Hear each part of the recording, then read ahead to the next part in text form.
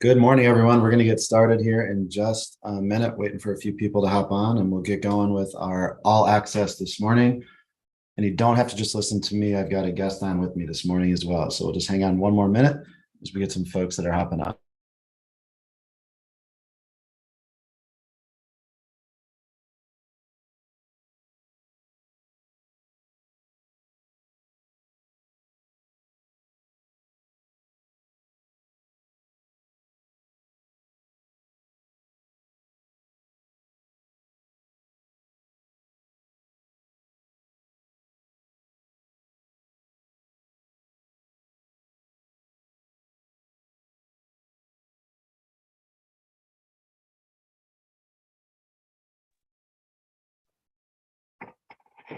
All right, we'll get kicked off. As I mentioned here this morning, fortunately for everybody, you're not just stuck with me this morning. This is our second edition of the WZ All Access. So we're excited to bring this to you every month. Our goal for these sessions is we got people hopping on here live, and good morning to each of you. Our goal for these all access sessions is to really give everybody kind of a behind the scenes look as to what WZ is working on, what the curriculum looks like as we continue to evolve and to change. And then also to just answer some of your questions about obstacles you might face in the interview, about different issues that you may have encountered, or for some of you that haven't been to a training program in quite some time, maybe kind of refreshing you on some of the core skills, updating you on some legislative trends and research trends. And really these sessions are all about you, making sure that we're giving you as much as information as you can to be successful in what you do and do it the right way. And so this morning, as I mentioned, I'm excited to have another guest here with me. So I've got Mr. Tony Paixao. Hello, Good hello. morning, sir. One other person they probably don't want to see is you don't have to just talk to me, but we also got Tony. Also got this guy. Well, thanks for joining. Tony's actually hosting a class this morning in our WZ home office in Aurora, Illinois. So they're working on a bit of a workshop kind of exercise right now, which is what I know, Tony, we've been doing a lot in our training classes, is this kind of practical exercises instead of just sitting down in a lecture for 2 or 3 days. What is that looking like in classes recently for you? Yeah, it's been really well received, and I think well received by the participants, but also well received by us as the instructors, because we're able to then not just take the off the shelf curriculum that we would go in planning to teach. It sparks all of these other questions with the attendees when they actually have to put hands on and they realize, okay, maybe I didn't understand the concepts as well as I thought. So we get into some really good practical discussions in class versus them having to figure that stuff out after they leave. Yeah, I agree. And I think that kind of leads us in honestly to our first question. And so the questions we're going to go through today are ones that have been submitted by all of you. So we appreciate those of you that took a few minutes and sent in a question for us. If you have other questions that pop up during our 15 minutes or so this morning, send them in through the chat and we'll make sure we either cover them today or we'll definitely cover them on our next session. But I'm going to put up this first one because I think it relates to this, what we're just talking about, is going to a class kind of for the first time. Maybe some of our newer interviewers is this kind of fear, and I'm going to throw a PowerPoint slide up here so you can all kind of see the questions. We answer this together. And by the way, Tony and I do not need to be, nor are we, the smartest people in this virtual room. So if anybody here has other kind of suggestions or tips for those that are watching, we would welcome it in the chat here. But the question, what would you say to newly certified interviewers who struggle to get past the fear of failing to get an admission? And thanks, Ryan, for submitting that question. My first take on this is maybe we need to re-identify what the goal is of an interview in the first place. And I think sometimes that can actually change the kind of aggravation or frustration when we don't get what we think we're walking into the conversation for, right? When we're so focused on getting an admission and then that's what we don't get, that becomes the measure of success, which is a problem. But I don't know, Tony, what do you think on this one? Yeah, totally agree. That actually relevant timing for this too. So thanks for the question, Ryan. The group that I've got right now that Dave referenced earlier, I started the class by asking what is one of your biggest concerns with doing an interview, and one of the first responses was not getting the admission. So, and these are a group of brand new interviewers. So it's that is a very real concern. And I know, Dave, probably you were in the exact same position of having that pressure from your boss and worrying, like, I go in, if I don't get it, what does that say about me? And what does that say about all of these different fears kind of going through your head? So I like what you said, changing your perspective on it, changing your expectation of what is the goal. If you actually just totally reevaluate that, my goal going in should not be to get an admission. That actually should have nothing to do with what my driving force is. It's just to get this person to feel comfortable and to talk to me. It makes the whole interaction feel a lot more natural, and it allows you to actually do what you went in to do, which is to figure out what's going on without having this pressure constantly nagging you of getting an admission. Yeah, I think that's important. And I mean, I've had plenty of cases, I'm sure you have as well, where I didn't get what I thought I was going to get, yeah. Whether it's because I was wrong on what I maybe assumed, which is a problem, or you're going to interview people that just are not going to tell you the truth and are just not going to give you information for a variety of reasons. So I think what's made me more confident or overcome this fear is, even if I've changed my goal and I'm just trying to get information, if I can look back on the interview and know that I asked every question I wanted to ask, I checked each one of those boxes of unknown information, I at least gave the person the chance to tell me their story. I think knowing I had a good structure and a good strategy is what makes me feel okay. Because then if I have to call the boss after, I'm sure, Ryan, that's part of where the question comes from too, is, right, you got to report to somebody. But when you have to kind of give a report of what happened, if you can at least say, I asked this, I asked this, and I asked this, we don't have a magic wand to force anybody to tell us anything. So at least if you can fulfill that structure, I think you can overcome that fear.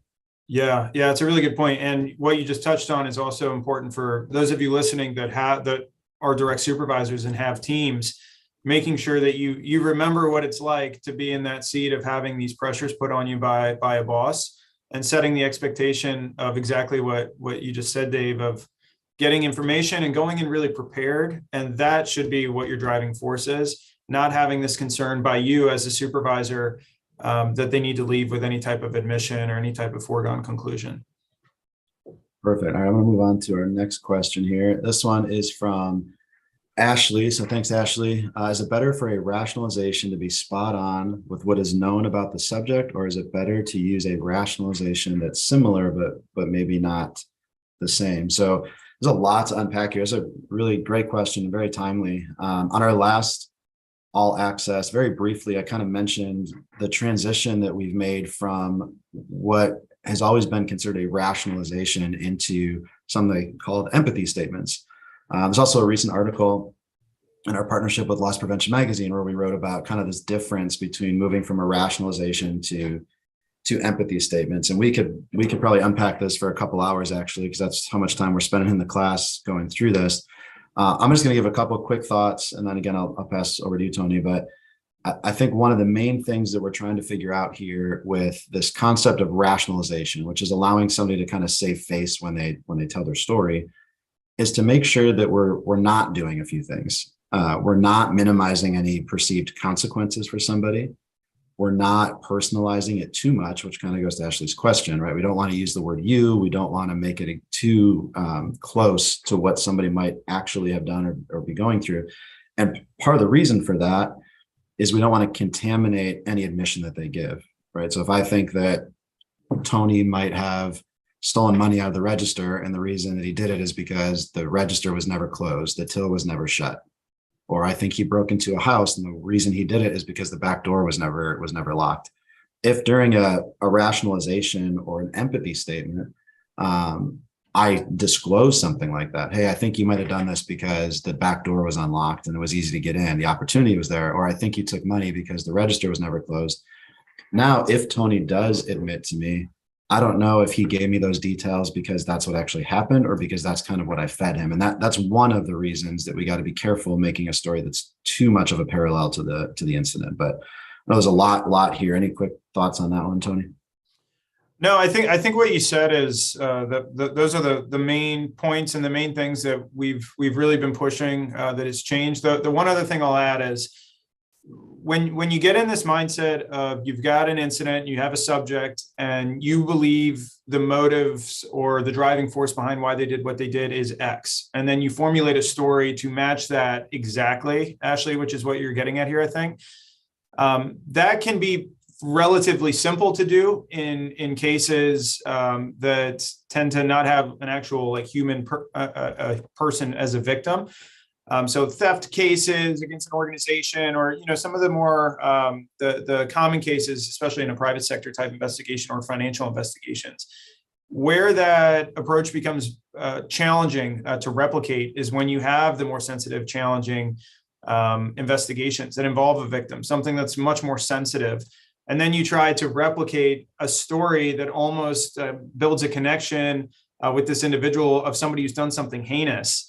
That concept of being able to come up with what those empathy statements or rationalizations, as you referred to them, look like, becomes much more difficult to do and to replicate. So the idea of what Dave is saying is generalize the approach on just the human motivating factors that cause people to make choices, and find it as something that is a practice that you can replicate regardless of the type of case.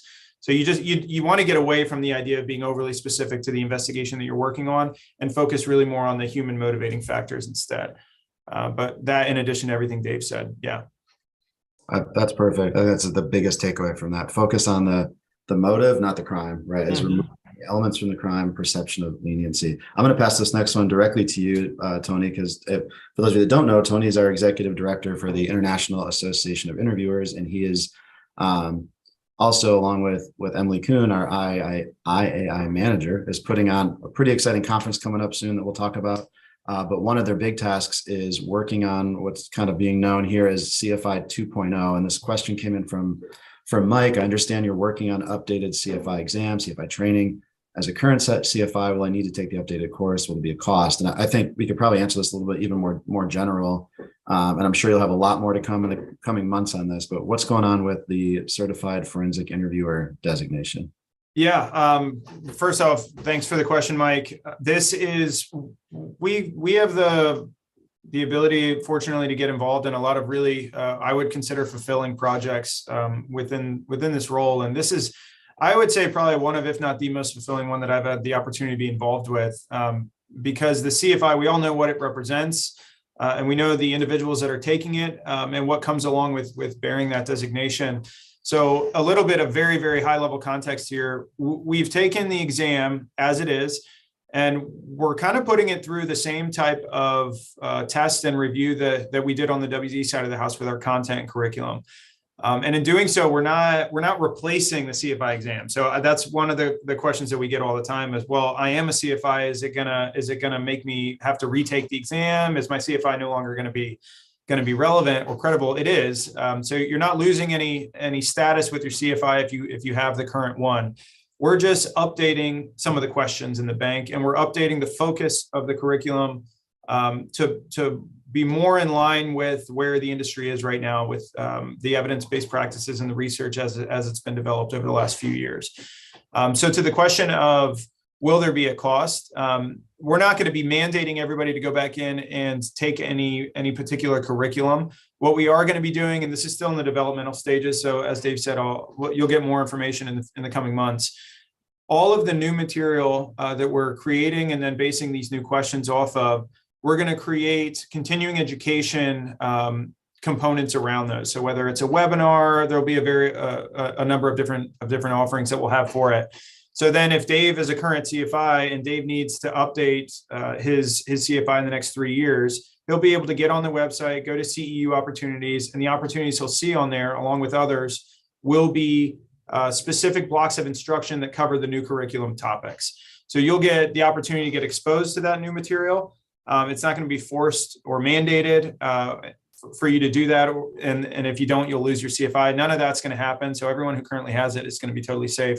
We're just going to give you the opportunity to get exposed to that new content and also get credit for doing so. Perfect. Yep. I'm excited about that and what's to come. I was teaching a class this last week, and we're kind of comparing, this concept of getting a certification and then not updating yourself on what's going on in the industry. And it's almost like if you're going to go have a medical procedure done, you hope your doctor has maybe read some kind of research paper since he or she graduated from med school 20 years ago. And it's making sure that we're staying current and relevant. I'm going to go to our last question so that we can give people back the rest of their day here, and get you back to your training class. The last one is focused on rapport, which is kind of interesting. And I'm excited that Chris asked this question because in the last about 6 months, we've really focused in all of our training programs, the level 1, the HR class, our criminal interviewing class, a dedicated section to rapport building. So this question during rapport, I usually get very little personal info to even try to build rapport, and then it feels fake, like I'm trying to circumvent the conversation when we both know why I'm really there.